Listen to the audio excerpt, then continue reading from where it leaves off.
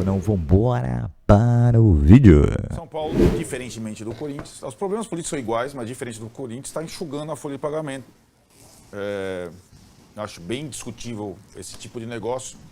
É a mesma situação, aliás, como vazou o modelo de empréstimo para o Corinthians, cláusulas inclusive, quanto ele jogar, quanto que tem que pagar, 2,5 milhões de euros se ele for atingir as metas. Quanto é a compra definitiva depois. A compra definitiva. Qual a cláusula se jogar contra o São Paulo? O Fluminense pegou o modelo e falou, eu ofereço isso. Fora o 1 milhão, o famoso 1 milhão, então, do empréstimo. Né? O Fluminense atendeu às cláusulas que o São Paulo já tinha firmado com o Corinthians. O São Paulo está decidido a, em vez de arriscar a readaptação dele, para mim, reforçar o rival. Não é o rival, ou então reforçar um adversário direto. Eu acho que para o Fluminense é uma boa contratação. E no mesmo dia, o São Paulo está fechando com o Botafogo. Já era uma negociação desde o começo do ano. O empréstimo do Ferrarese, no mesmo as questões, que em vez de 2,5 milhões de euros, se ele for negociado definitivo, 5 milhões de euros. O São Paulo vai tentando enxugar. E acho que no caso da zaga, sim, existe um excesso. Sim, daria para... Tá com quantos? 6? 6 zagueiros. Sim, daria para... Mas aí que tá, né? Não é um dinheiro que entra no clube imediatamente. Se o cara cumprir as metas até o final do ano, é os 5 milhões, Botafogo pagador, olha, meu... O Massini acabou de falar as questões do Texas. Eu não negociaria... o Ferrarese agora.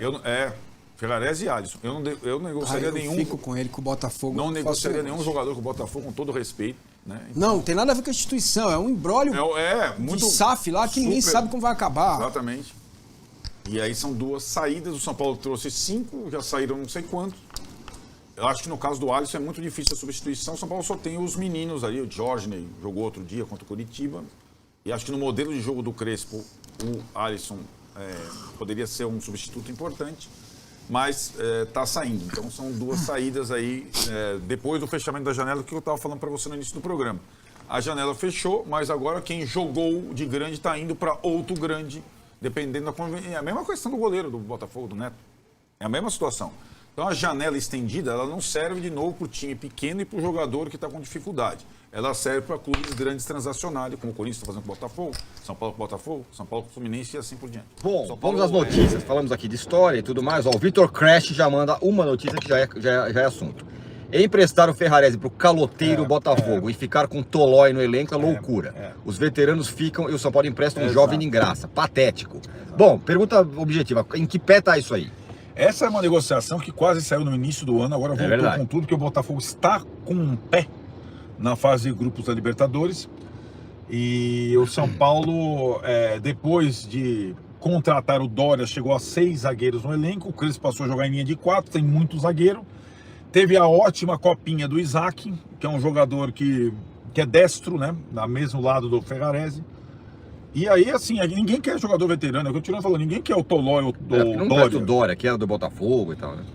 Agora, o Ferrarese também, ele caiu de produção, viveu uma fase regular, mas eu acho um jogador interessante, acho um jogador versátil e tal. Eu também. Mas ele estaria sendo emprestado e é pior, né? É caloteiro o Botafogo nos últimos tempos, sim. O preço de compra do Ferrarese é um preço interessante, mas quero ver se atingir meta 5 milhões de euros. Você acha que o Botafogo vai pagar 5 milhões de euros São Paulo? Pois é. Vai pagar? É difícil. Se atingir metas. É. Então ele está indo. Indo? Você quando fala tá indo, tá indo? Tá indo, já está praticamente apalavrado. Putz. O São Paulo vai perdendo jogadores, para mim, importantes.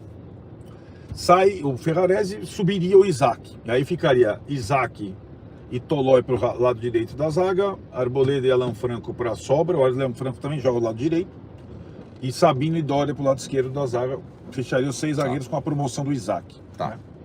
Ruim.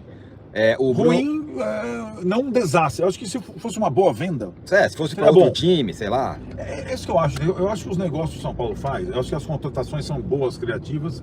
As saídas, eu vejo o São Paulo cedendo com muita facilidade. Muito fácil, muito fácil. Tanto as vendas dos meninos de Cotia, quanto esse tipo de empréstimo, como a gente vai falar do Alisson agora, que aí é outro caso, que aí o jogador já tem mais idade, não tem tanto mercado assim, então não sei o que lá, mas eu também acho um jogador útil pra caramba, pra você se desfazer de qualquer forma. Verdade.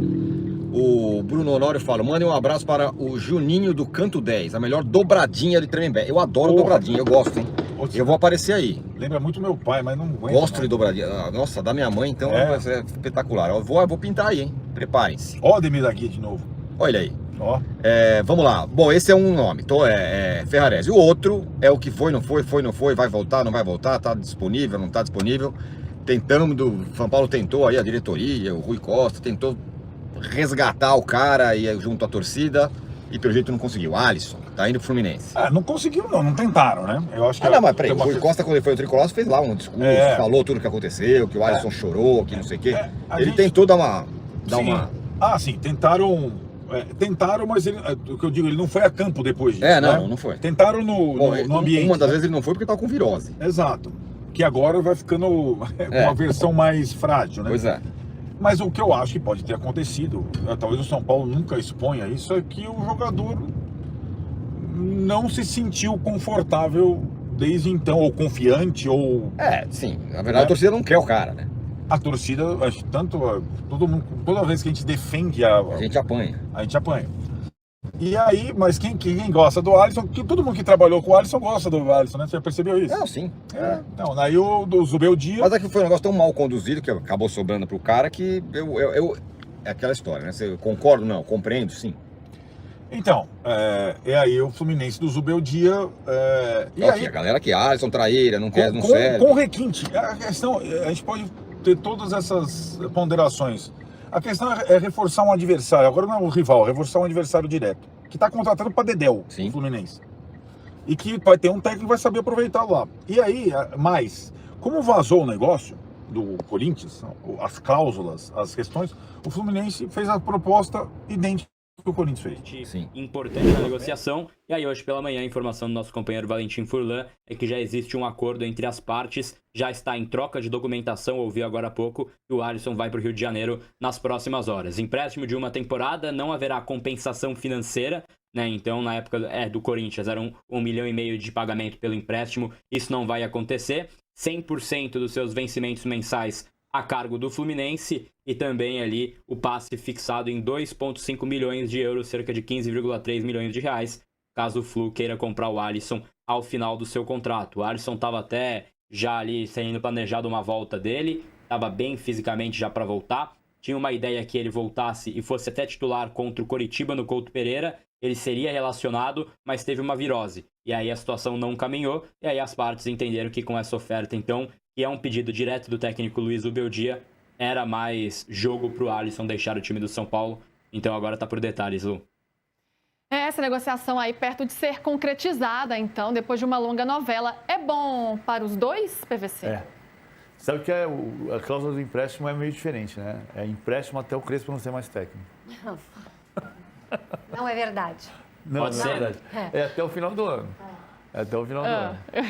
Mas no fundo, o negócio é mais ou menos esse. Até o Crespo não ser mais o técnico. Enquanto o Crespo estiver lá, Alisson não retorna. O Crespo até foi gentil com ele depois na volta da história do Corinthians, sentou com ele, conversou com ele, mas o Crespo não é.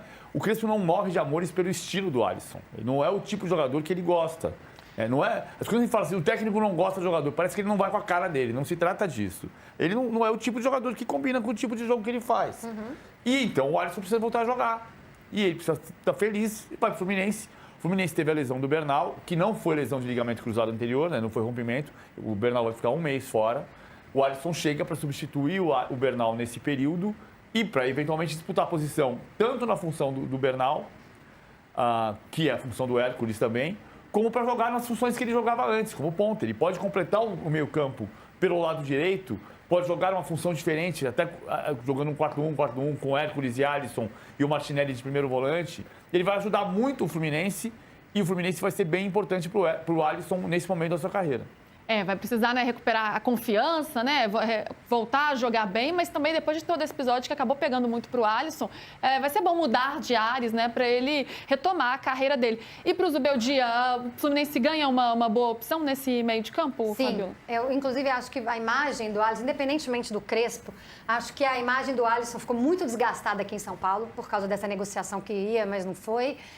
Tanto no São Paulo quanto no Corinthians, então eu acho que ele mudando inclusive de cidade, e vai para uma equipe, vai ser ótimo para ele e acho que vai ser ótimo para o Fluminense. A gente fala que já o Fluminense é um time que está muito organizado, vem jogando bem. Me atrevo a dizer que junto com o Palmeiras é o time que melhor joga hoje no Brasil. De 3 empréstimos ao mesmo tempo, né? Correia, Vitinho, Ferrarese, Rodriguinho. A história não caminhou, mas hoje então teve essa oferta formalizada pelo Botafogo, informação que foi divulgada primeiramente pelo jornalista Bernardo Gentili, confirmada pelo UOL, é justamente de uma oferta de empréstimo do Botafogo, mas ainda é algo muito inaugural, Lu. Ainda não tem nem exatamente qual vai ser o molde. Tem uma discussão inicial, até onde eu soube, né? O Rui Costa exige um pagamento, uma compensação financeira pelo empréstimo, porque entende que a situação do Alisson é outra, né? A situação do Alisson é um jogador que já teve a situação aí de exposição, que ficou difícil negociar, mas o Ferrarese ainda tem valor de mercado, foi comprado por pouco mais de 4 milhões de euros pelo São Paulo em 2024, né? Então é um jogador que perdeu espaço, fez só 5 jogos essa temporada, um até ele entrou de lateral direito contra o Santos, 2 apenas como titular, né? Primavera ele foi titular aí no último jogo, mas é um jogador que perdeu espaço e entra mais uma vez na mira do Botafogo. Tem uma oferta de empréstimo, mas os moldes ainda estão sendo ali debatidos, né? Tem uma ideia de ter uma opção de compra que com metas pode virar obrigação, mas ainda não foi acordado um valor para esse negócio. Ainda é algo inicial. Foi até a minha pergunta para o Crespo, né? Pedir para ele falar sobre a importância desse período de 10 dias de preparação.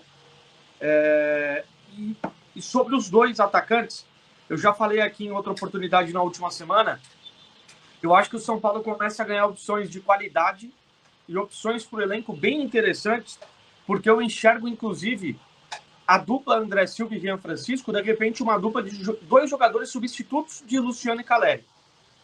Num jogo que você vai com um time alternativo, você poder usar uma dupla da qualidade do Rian e do André Silva, que a gente não sabe ao certo como vão voltar por conta das lesões, mas a gente tem um recorte daquilo que eles já mostraram, o Rian muito mais na base do que no principal, mas ainda assim é para mim um fenômeno da base, daqueles jogadores que vão render frutos financeiros e também de bola jogada em grande proporção para o São Paulo. Dá para o torcedor se empolgar com essas opções que você tem. Eu vejo o Rian podendo fazer a função do Luciano, até porque ele não tem aquela estatura de um 9, ele sempre foi 9 na base, mas é um jogo diferente. São características diferentes dos zagueiros. Eu vejo ele podendo atuar como um segundo atacante, fazendo uma dupla com o André. O André daria a referência na bola aérea e o Rian daria a referência também de perna canhota, assim como o Luciano dá, e daria uma referência de um possível segundo atacante.